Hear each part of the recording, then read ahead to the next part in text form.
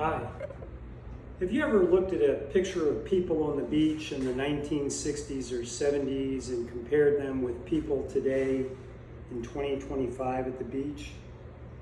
You'll notice a striking difference. And what is that? You probably know what I'm going to talk about. And that is, if you look at that 60s to 70s photo of beach people, it was hard to find a person who was overweight.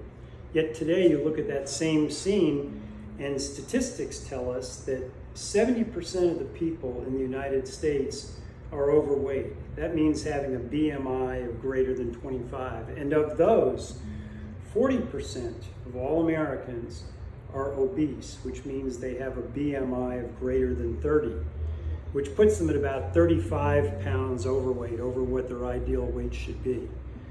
And if we look at statistics, we know that the average man today in the US weighs 26 pounds more than his 1970s counterpart.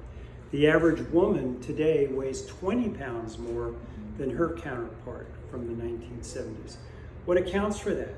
Human nature hasn't changed. I'll tell you what's happened. The USDA came out with something called the food pyramid, the infamous food pyramid, and you may recall that.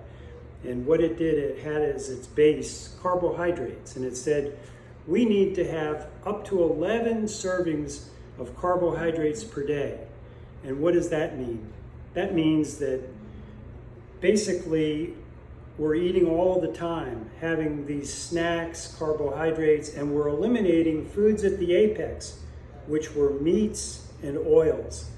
And what's happened in America? We see an incidence of Alzheimer's and Parkinson's. And did you know that cholesterol from food, dietary foods, is actually what fuels the brain? It's in the brain. The myelin sheaths, which are the connective tissue in the brain, is made mostly of cholesterol.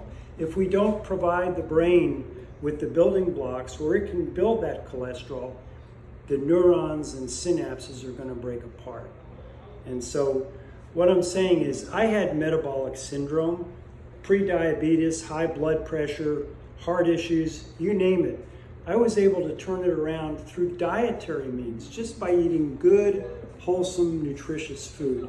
And I can help you do that. Now, why am I here in a tank top today? Just to show you.